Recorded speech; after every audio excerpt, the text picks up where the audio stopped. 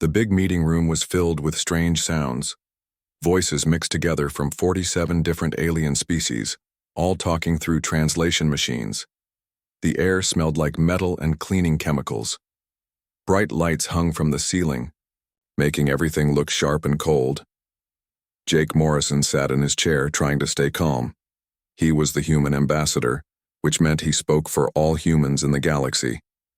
His hands were folded on the table in front of him, but inside he was angry.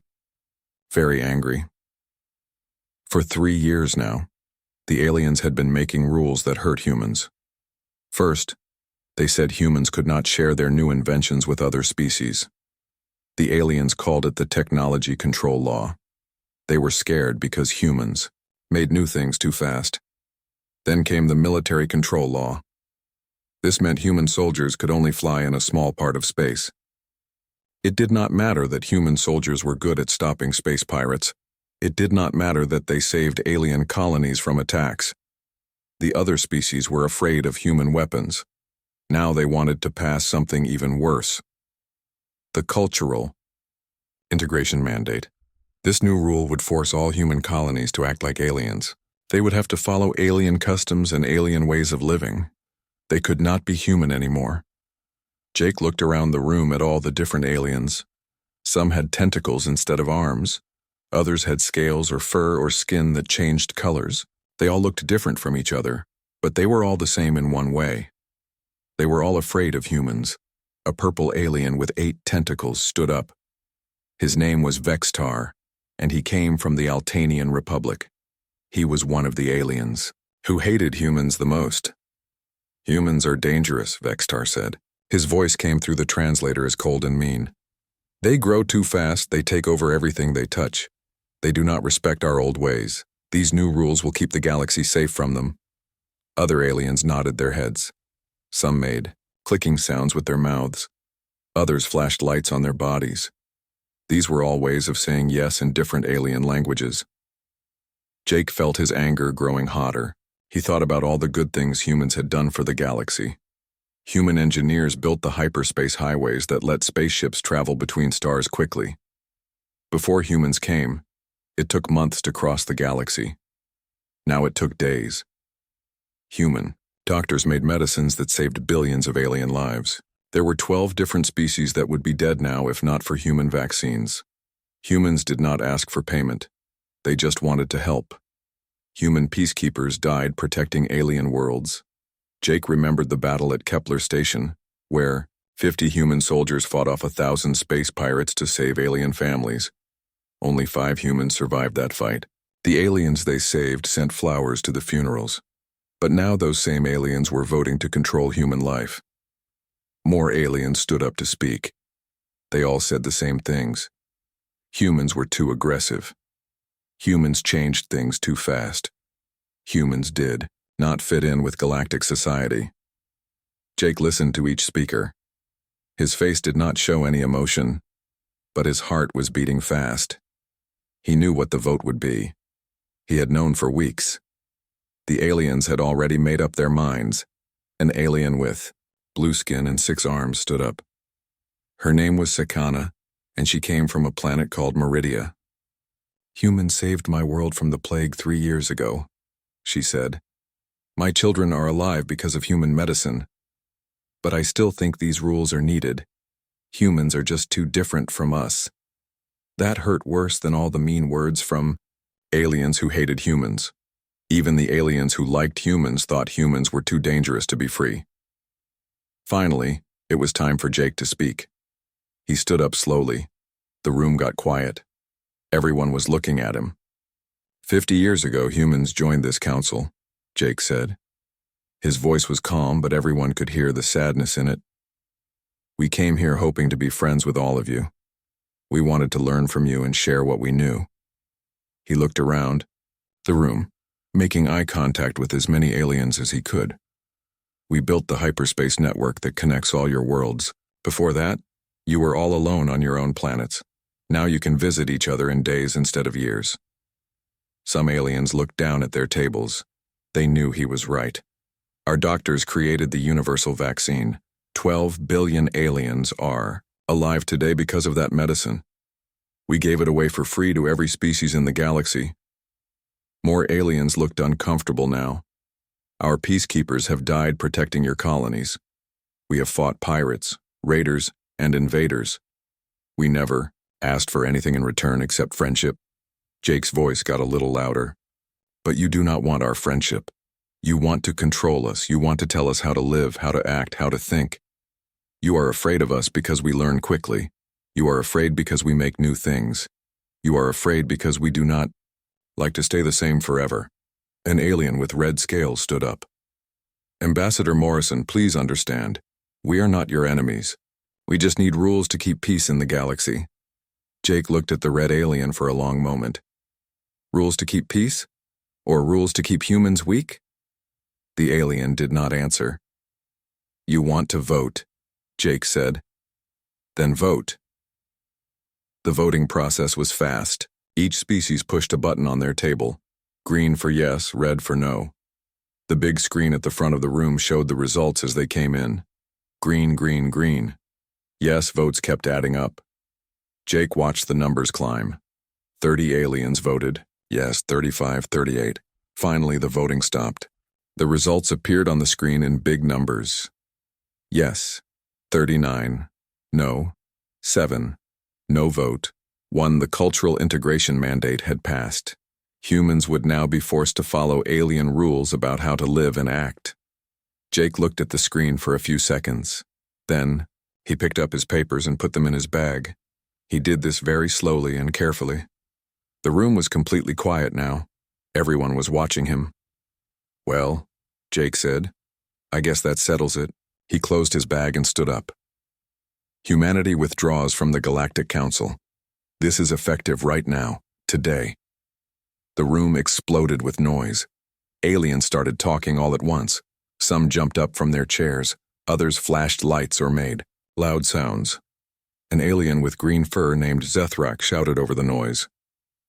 You cannot just leave. What about the trade agreements? What about the economic partnerships? Jake walked toward the door. His team of human diplomats followed behind him. At the door, he turned around one more time. You made your choice, he said. You decided you do not want humans as equal partners. You want us as servants who follow your rules. We choose freedom instead. But Ambassador, another alien called out, think about what this means. The consequences will be terrible. Jake smiled, but it was not a happy smile. Yes, he said. They will be. Then he walked out of the room. The door closed behind him with a soft sound. The most powerful alliance in galactic history had just broken apart. In the hallway, Jake's assistant, a young woman named Linda Hayes, caught up with him. Sir, are you sure about this? Once we leave, it will be very hard to come back. Jake kept walking toward the exit. Linda, they just voted to control how humans live and think.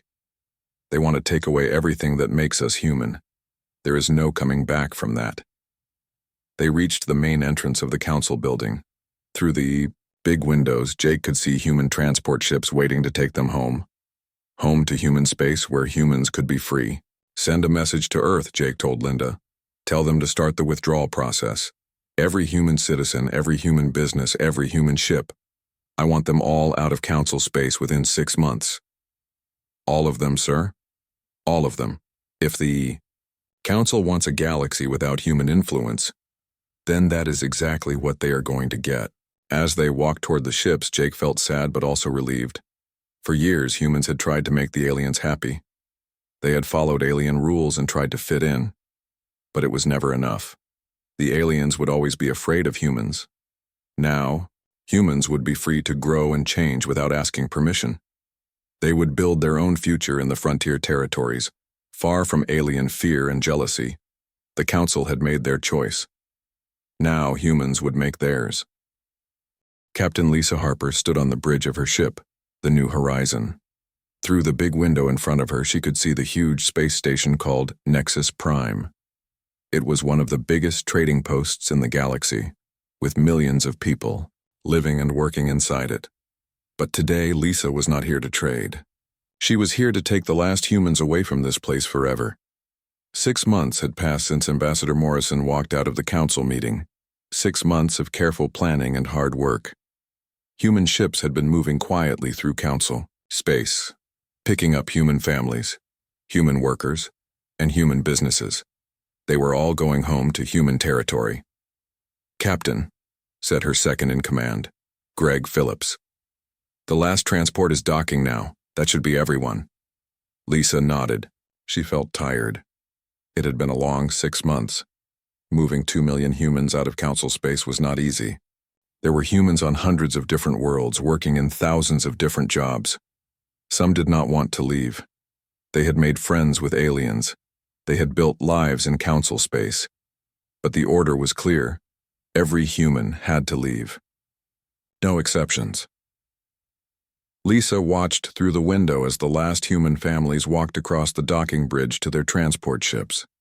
She saw children carrying toys, parents carrying suitcases, old people moving slowly with walking sticks. These people were leaving the only homes they had ever known. "Captain," Greg said again. "Station Administrator Yelmoth wants to talk to you." Lisa sighed. She knew this conversation would be hard. Yelmoth was a good alien. He had always treated humans fairly.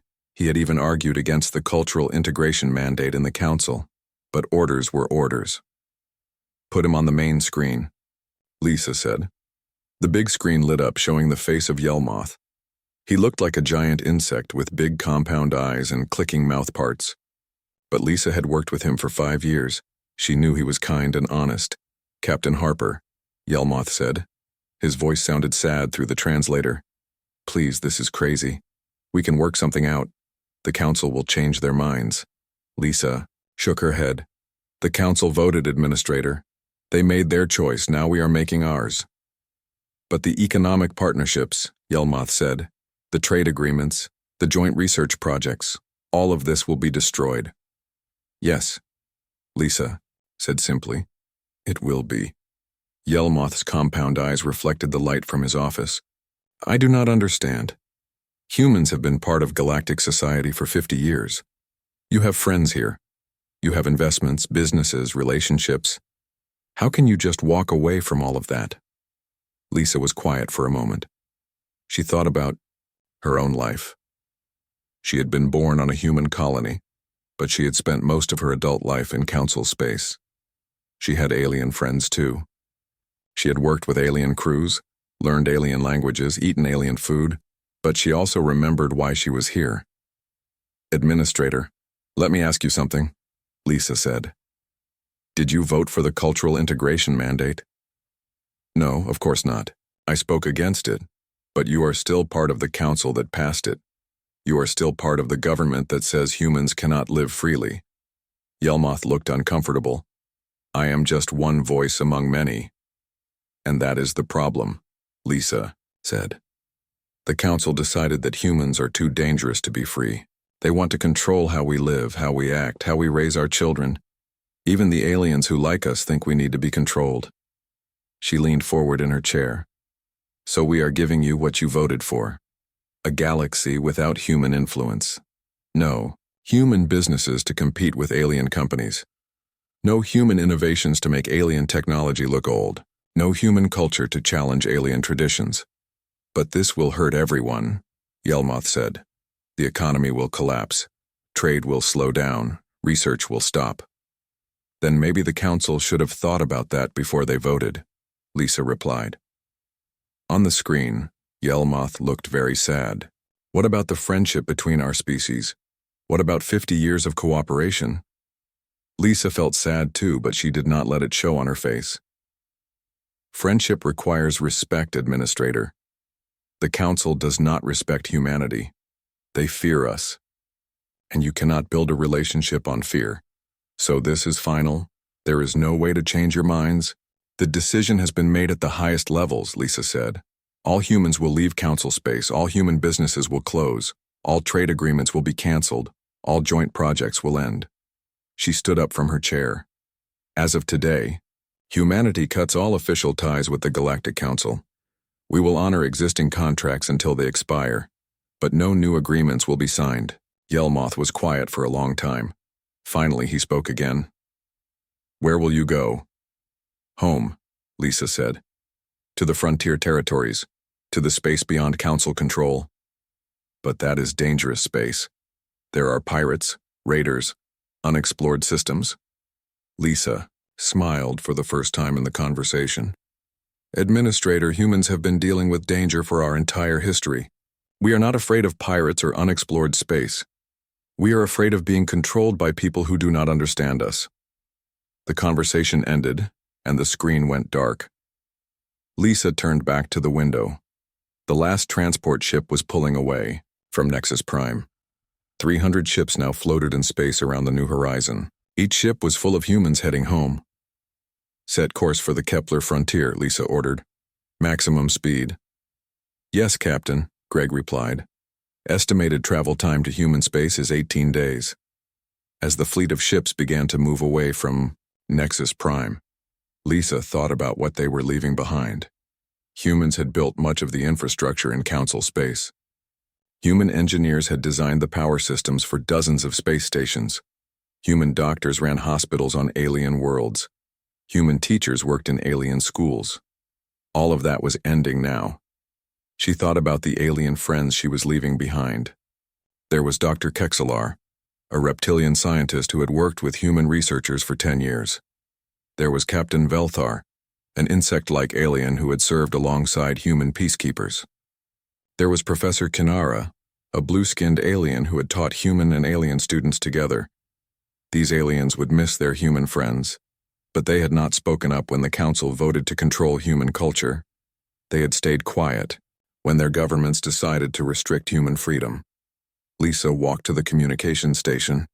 Send a message to all human colonies in Council space, she said to the communications officer. Tell them the withdrawal is complete. All humans are now out of Council territory. Should I send a copy to Earth? The officer asked. Yes, and to New Columbia, and to the Mars outposts, and to all the frontier colonies. Let everyone know that we are coming home. As the New Horizon jumped into hyperspace, Lisa thought about what would happen next. The human colonies in the frontier were small but growing. They had been settled by people who wanted freedom and adventure. Now millions more humans would join them. The frontier territories were wild and dangerous, but they were also full of opportunity. There were unexplored star systems, uninhabited planets, and resources that no one had claimed yet. Humans would build new cities, start new businesses, and create new technologies. Most importantly, they would be free. Behind them, in Council space, the effects of the human withdrawal were already beginning to show. Space stations that depended on human engineers were having power problems. Hospitals that relied on human doctors were running short of staff. Research projects that included human scientists were shutting down. But Lisa did not look back. She was thinking about the future. 3 weeks later, the New Horizon arrived at Kepler Prime, the largest human colony in the frontier. Lisa watched through the window as hundreds of transport ships landed on the planet's surface. Families stepped out onto the soil of their new home. Children ran around in the open air. Adults looked up at the sky with hope in their eyes. Captain, Greg said, we are getting messages from other human colonies. They are all reporting successful evacuations. Every human is now out of Council space, Lisa nodded. Send a message back to Earth. Tell them the exodus is complete. Humanity has come home. She walked to her ready room and sat down at her desk. On the wall was a picture of Earth, the blue and green planet where humanity had begun. Humans had traveled far from that world, but they had never forgotten where they came from. Now they were starting a new chapter in human history, a chapter where humans would be free to grow and change without asking permission from aliens who feared them. Lisa opened her personal log and began to write. Today marks the end of humanity's participation in the Galactic Council. After 50 years of trying to fit into alien society, we have chosen freedom over acceptance. The road ahead will be difficult, but it will be our road to travel. She paused and looked out the window at the human colony below. The aliens wanted a galaxy without human influence. They are about to get exactly what they asked for. I wonder if they will like it. Outside, the sun was setting on Kepler Prime. But for humanity, a new day was just beginning. Trade Minister Kelthanor stared at the numbers on his screen. He read them 3 times, but they did not change. The economy of the Arcturus Syndicate was falling apart, and he could not understand why. "These numbers cannot be right," he said to his assistant, a young alien named Paxvel. "How can trade drop by 37% in just 2 years? Paxvel looked nervous. He had been trying to explain this to his boss for weeks, but Kelthanor did not want to listen. "Sir, it is because the humans left," Paxvel said carefully. "They were involved in almost every part of our economy." Kelthanor waved his forearms in frustration. "That is impossible. Humans were just one species out of 47. How could one species cause this much damage?" But the evidence was everywhere. Across the galaxy, alien governments were facing the same problems.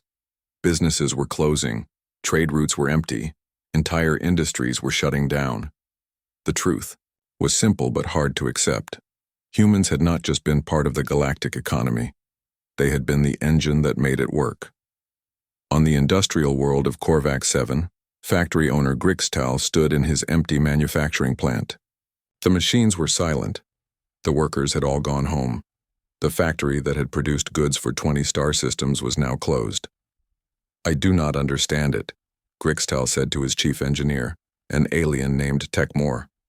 "The machines worked fine when the humans were here. Now they break down every day." Tekmor looked at the complex machinery around them. "The humans designed these systems, sir. They knew how to fix them when something went wrong. We tried to learn, but their technology is too advanced for us." "So hire new humans to fix them," Grixtal said. "There are no humans left in council. Space, sir. They all went home." Grixtal stared at his broken machines. His factory had employed 10,000 workers. Now they were all unemployed, and his factory was not the only one. Across Korvax 7, dozens of human-designed factories had shut down. The problem was the same everywhere. Humans had not just worked in these places. They had created them. They had designed the machines, written the computer programs, and trained the workers. When the humans left, they took all of that knowledge with them. On the agricultural world of Deltos Prime, farmer Yexandra watched her crops dying in the fields. The plants were turning brown and falling over. Soon there would be no food to harvest. "What is wrong with them?"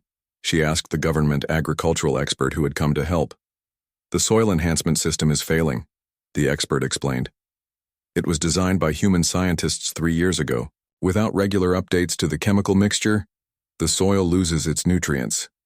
So get the updates from the humans who designed it." "We cannot. All the human scientists have left council space.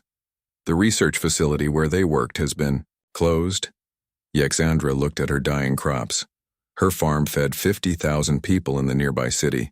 If the harvest failed, those people would go hungry, and her farm was not the only one with problems. Across the planet, crops were failing because the human-designed enhancement systems were breaking down.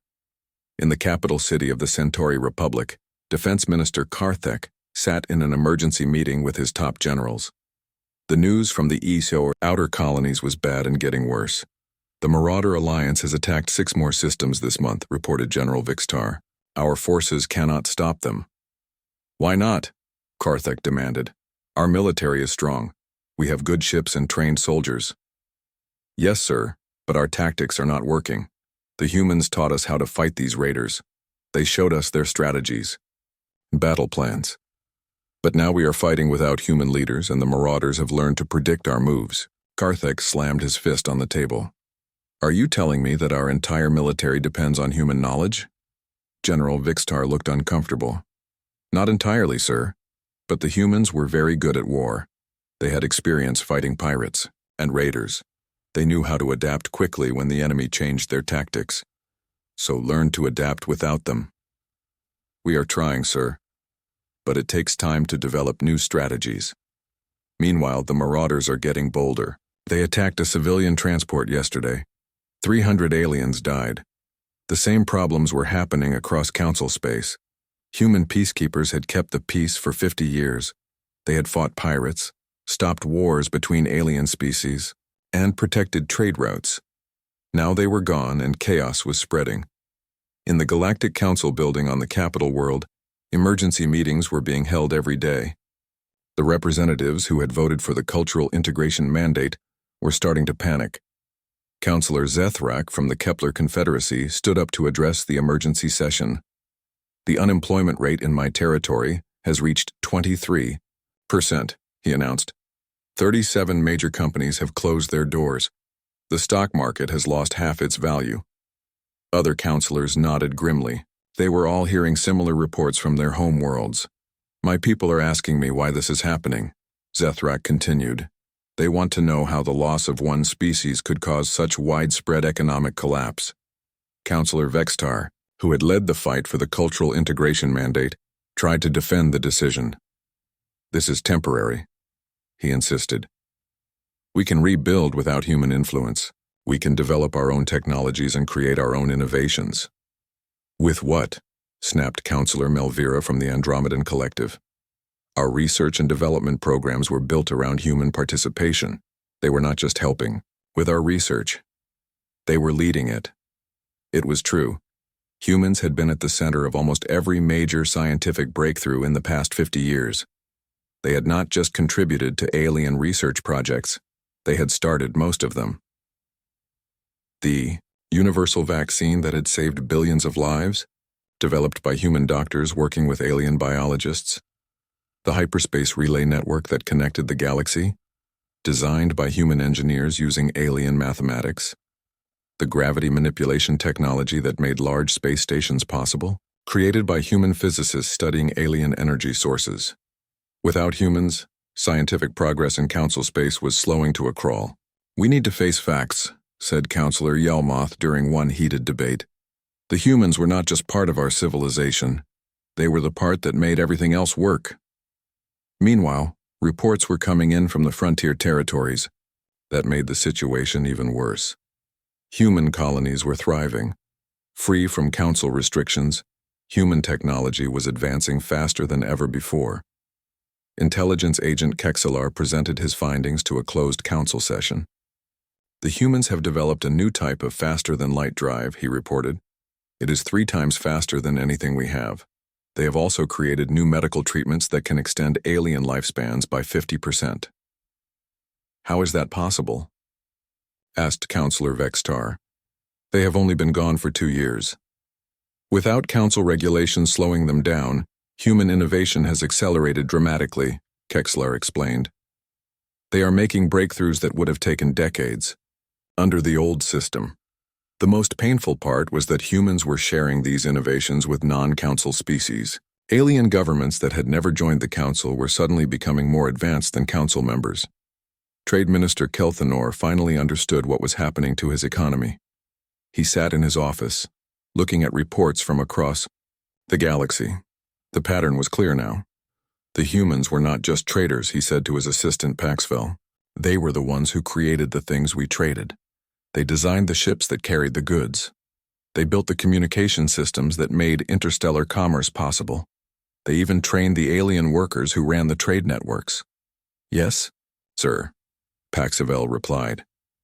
And now all of that is falling apart. Kelthanor thought about the irony of the situation.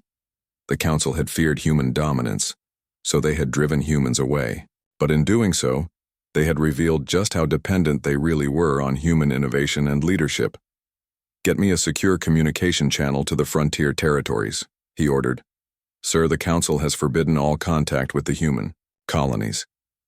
I do not care what the council has forbidden, Kelthanor snapped. My economy is collapsing. I need to know if there is any way to get the humans to come back. But even as he said it, Kelthanor knew it was probably too late. The humans had been insulted and rejected. They had been told their culture was dangerous and their influence unwelcome. Why would they want to return to help the aliens who had driven them away? Across the galaxy, other alien leaders were asking themselves the same question. As their economies crumbled, their security forces failed, and their technological progress ground to a halt, they began to realize the magnitude of their mistake. The humans had not been trying to dominate galactic civilization. They had been the ones keeping it alive, and now they were gone. 3 years had passed since the humans left, and the galaxy was falling apart. Ambassador Ryan Collins sat in his office on the frontier world of New Haven, reading reports from Council Space. The news got worse every day. What had started as economic problems was now turning into complete disaster. Ryan had once been the human ambassador to the hegemony of Vega, one of the most powerful alien governments in the galaxy. Now he worked for the independent human colonies, helping to manage relations with the few alien species that still wanted to trade with humans. A message appeared on his communication screen. It was from Sector, the Prime Minister of the Vegan hegemony. The proud alien leader who had once treated humans like junior partners was now begging for help. Ambassador Collins. Sector's voice sounded desperate through the translator. I must speak with you urgently. The hegemony needs human assistance. Ryan accepted the call. Sector's face appeared on the screen, and Ryan was shocked by what he saw. The alien leader looked tired and old. His usually bright purple skin was dull and gray. His tentacles, which normally moved with confidence, hung limp at his sides. Prime Minister, Ryan said politely. What can I do for you? Our economy is collapsing, Sector said without any of his usual pride. Unemployment has reached 60%. Our manufacturing sector has completely shut down. We need human expertise to rebuild. Ryan leaned back in his chair. I see, and what makes you think humans would be willing to help? We can offer substantial benefits, Sector said quickly. Reduced taxes for human businesses, access to our rare mineral deposits, special trading privileges. We could even support the repeal of the cultural integration mandate. Could you? Ryan asked. Because last time I checked, the mandate was still in effect. Humans are still banned from Council Space. Sector's tentacles writhed with frustration. The Council moves slowly. These things take time. But surely human companies could begin operating in hegemony territory while we work on broader reforms. Ryan shook his head. I am afraid that is not possible. The human colonial government has a strict policy. No human citizen or business may operate in Council Space while the mandate exists. The policy was absolute. Every human colony had agreed to it. Not a single human had entered Council territory since the withdrawal 3 years ago. No human company had signed any new contracts with Council species. No human diplomat had attended any Council meetings. The isolation was complete, and the effects were getting worse every day. But this is destroying both our civilizations, Sector pleaded. Surely we can find some compromise. 3 years ago, you had a chance to compromise, Ryan replied calmly. The Council chose restriction instead. Now you want humans to ignore their own laws to help you fix the problems you created. After the call ended, Ryan looked out his window at the growing human city below. New Haven had been a small frontier outpost when the humans first arrived. Now it was a thriving metropolis with 2 million residents. Skyscrapers reached toward the sky. Factories hummed with activity. Research laboratories worked around the clock on new technologies. The contrast with Council Space could not have been greater. His secretary, a young woman named Betty Wright, brought him the daily intelligence reports from Council territory. Sir, the situation is getting worse, she said, handing him a data pad.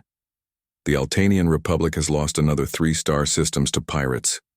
The Centauri Federation is facing massive food shortages. And the Andromedan Collective just declared a state of emergency. Ryan read through the reports. The numbers were staggering. 43% of Council Space was now considered unsafe for civilian travel due to pirate activity. Agricultural production had dropped by 56% because of failing human-designed enhancement systems. Industrial output was down 72% as factories continued to shut down. But perhaps most alarming were the military reports. The Council's armed forces, once the most powerful in the galaxy, were losing battle after battle against raiders and pirates. What is the latest from the Outer Rim? Ryan asked. The Marauder Alliance has taken control of the Kepler sector, Betty replied. They destroyed a Council patrol fleet yesterday. No survivors. Ryan shook his head sadly. The Kepler sector had been one of the most prosperous regions in Council space. Now it was controlled by savage raiders who killed anyone who tried to stop them. The problem was simple. For 50 years, human peacekeepers had kept these raiders in check. Human tactical knowledge had made Council forces effective. Human leadership had inspired alien soldiers to fight bravely. Now the humans were gone, and the Council military was falling apart. Defense Minister Kektala of the Council Armed Forces sat in his command center, staring at a map that showed the extent of the disaster. Red zones marked areas controlled by pirates. Yellow zones showed regions under attack. Green zones, which indicated safe territory, were shrinking every day. "How many ships have we lost this month?" he asked his aide. 47, sir, including 3 heavy cruisers and a battle station. "And how many enemy ships have we destroyed?" The aide looked uncomfortable. 12, sir. Kektala closed his eyes. The Council was losing almost 4 ships for every enemy vessel they destroyed. At this rate, they would have no military left within 2 years. "Sir," the aide continued, "the Marauders are using new tactics. Our battle computer cannot predict their movements anymore." That was the real problem. The Council's entire military strategy had been developed with human input. Human officers had trained alien commanders. Human strategists had written the tactical manuals. Human innovation had kept the military technology advanced. Without humans, the Council military was using 50-year-old tactics against enemies who were constantly adapting and improving. "Get me a secure channel to the frontier territories," Kektala ordered. "Sir, contact with human space is forbidden." "I do not care what is forbidden," Kektala shouted. "We are losing this war. If we do not get help soon, there will be no Council left to make rules about who we can contact." But even as he said it, Kektala knew the truth. The humans would not help. Why should they? The Council had rejected them, insulted them, and driven them away. Now the Council wanted them to risk their lives defending the same aliens who had called them dangerous. Meanwhile, in human space, life was better than ever. Free from Council restrictions, human colonies were expanding rapidly. New technologies were being developed every month. Trade with non-Council species was making everyone rich. Captain Steve Murphy commanded a human exploration ship that was mapping new star systems beyond Council space. His crew had discovered 17 habitable planets in the past year alone. Each discovery meant new opportunities for human settlement and growth. "Captain," his science officer reported, "we are receiving a distress call from a Council merchant ship. They are under attack by pirates." Steve looked at the display showing the alien ship's location. It was just inside Council space, technically off limits to humans. "Sir, should we respond?" the officer asked. Steve thought for a moment. 3 years ago, he would not have hesitated. Human ships had always answered distress calls regardless of which species needed help. But the Council had made it clear that human help was not wanted. "No," he said finally. "They are in Council space. Let the Council handle it. But sir, they will probably be killed." "Then maybe the Council should have kept their human peacekeepers instead of driving them away," Steve replied. "We cannot help people who do not want our help." The alien merchant ship was destroyed an hour later. All hands were lost. Back on the Council capital world, emergency sessions were being held every day. The representatives who had once feared human dominance were now facing the collapse of their entire civilization. Councillor Zethrak stood before his colleagues, his voice filled with desperation. "We must face reality," he said. "The cultural integration mandate has been a disaster. We drove away the one species that was holding our civilization together." Councillor Vextar, who had championed the mandate, tried to maintain his position. "We can rebuild without them," he insisted. "We just need time." "Time?"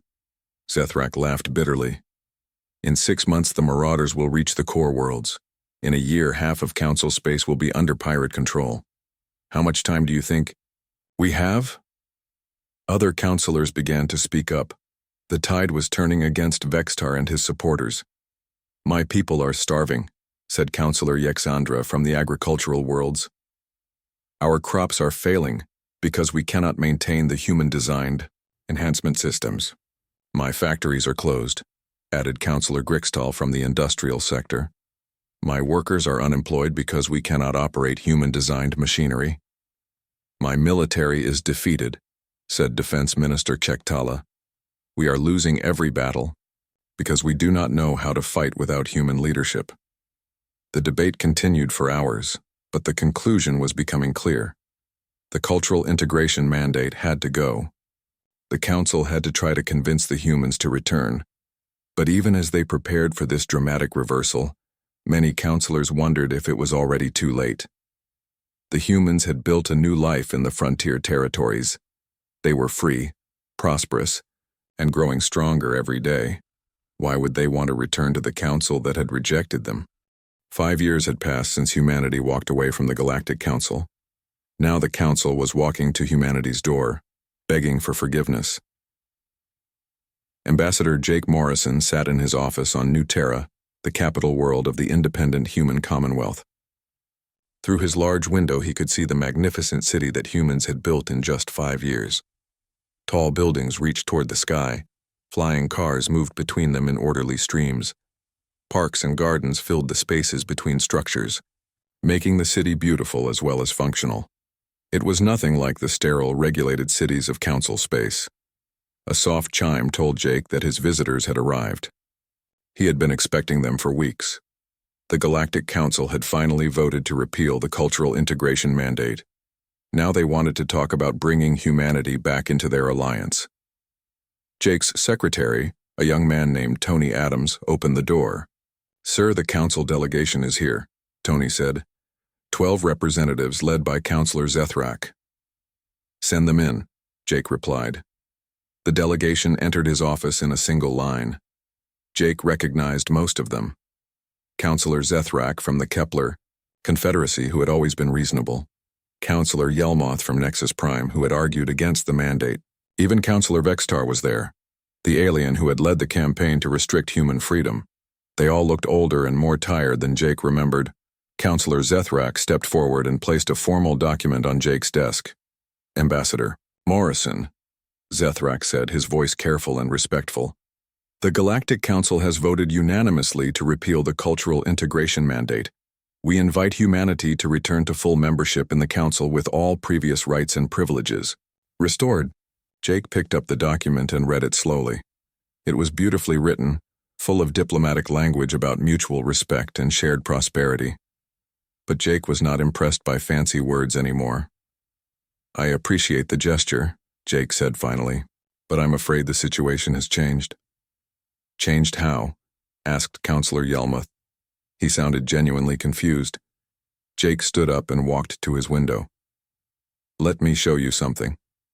He activated a holographic display that filled the center of the room. The display showed a three-dimensional map of human space. Hundreds of star systems glowed with blue light, showing the extent of the human commonwealth. When humanity left council space 5 years ago, we controlled 57 star systems, Jake explained. Today, we control 234 systems. We have established colonies on over 400 worlds. Our population has grown from 3 billion to nearly 6 billion people. The aliens stared at the map in amazement. They had known that humanity was expanding, but they had not realized the scale of the growth. "But surely," Vextar said desperately, "humanity can benefit from renewed cooperation with the Council. We can offer trade agreements, scientific partnerships." "What can you offer us that we do not already have?" Jake interrupted. "Access to markets we no longer need? Protection from threats we are already handling ourselves? The privilege of having our cultural practices judged by aliens who fear us?" He turned back to face the delegation. 5 years ago, you voted to restrict human influence because you were afraid of our rapid advancement. Today, our advancement has accelerated beyond anything you imagined. Jake activated another display. This one showed the technological progress of the human commonwealth. The numbers were staggering. Human scientists had developed faster than light drives that were 5 times more efficient than anything the Council had. Human doctors had created medical treatments that could extend any species' lifespan by centuries. Human engineers had built space stations larger than entire council worlds. How is this possible? Whispered Counselor Melvira from the Andromedan Collective. Freedom, Jake said simply. When you are not spending half your time asking for permission to innovate, you can actually focus on innovation. The delegation exchanged uncomfortable glances. They had come here expecting to negotiate with a weakened humanity that needed council support. Instead, they were facing a human civilization that had grown beyond their ability to control or even understand. Ambassador, Zethrak said, the council is facing existential challenges. Economic collapse, military defeats, technological stagnation. Without human partnership, our entire civilization may not survive. Jake sat back down at his data, and 5 years ago humanity needed council partnership to thrive. You chose to end that partnership. Now we have learned to thrive without you.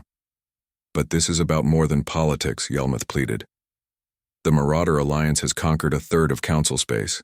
The Void Wraiths are awakening in the dark, nebulae. Ancient threats are stirring that require united action to defeat. Then I suggest you learn to handle them yourselves, Jake replied calmly, as you should have learned to handle your own affairs 5 years ago. Vextar stepped forward, his pride finally broken. Please, Ambassador, I was wrong.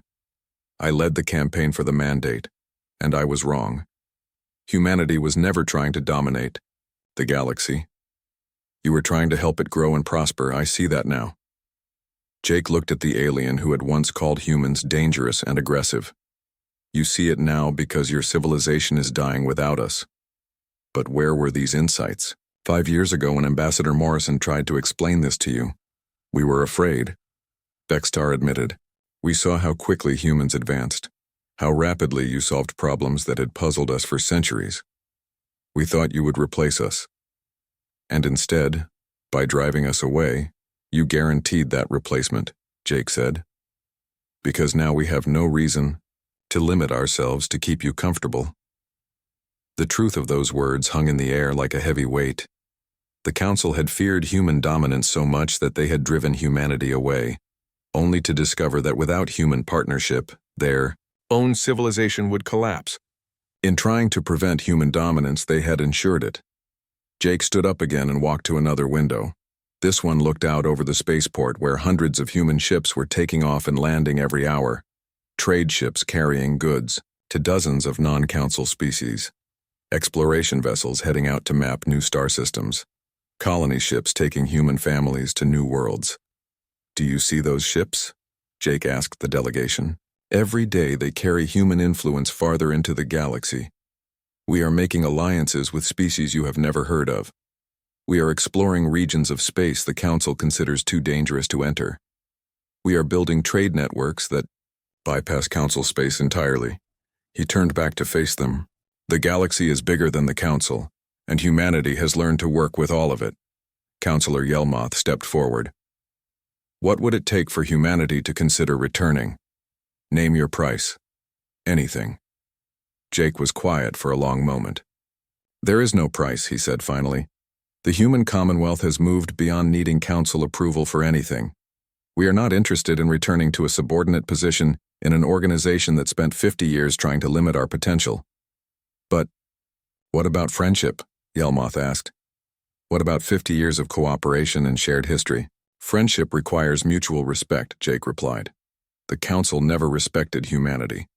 You tolerated us when we were useful, and you tried to control us when we became too successful. That is not friendship.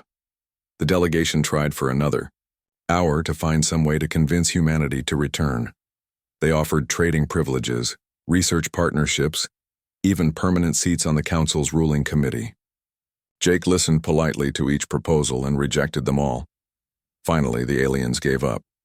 As they prepared to leave, Counselor Zethrak turned back to Jake one last time. What will happen to the Council? He asked quietly. Jake's expression softened, slightly. Despite everything, he did not hate these aliens. He just no longer trusted them. I honestly do not know, Jake said. That depends on whether you can learn to work together without someone else leading the way. After the delegation left, Jake sat alone in his office for a long time, Through his window, he could see human children playing in the parks below. They had been born free and they would live their entire lives without ever asking aliens for permission to be human. The Galactic Council had made their choice 5 years ago. They had decided they did not want humanity as equal partners. Now, humanity had made their choice too. They had decided they did not need partners who saw them as threats to be controlled rather than friends to be respected. Jake opened his personal log and began to write his daily report to the Commonwealth. Leadership. The Council delegation has departed without success. They came here expecting to negotiate from a position of strength, not realizing that they no longer have any strength to negotiate from. They want us to return and save their civilization, but they still do not understand that their civilization was never worth saving if it could only survive by limiting ours. He paused and looked out at the bustling city below. Humanity has moved beyond the need for council approval. We have built something better than what we left behind. The galaxy is large enough for both human and alien civilizations, but it is not large enough for civilizations built on fear and control. Outside his window, the sun was setting on New Terra, but across human space, other suns were rising on new worlds where human children would grow up free and unafraid.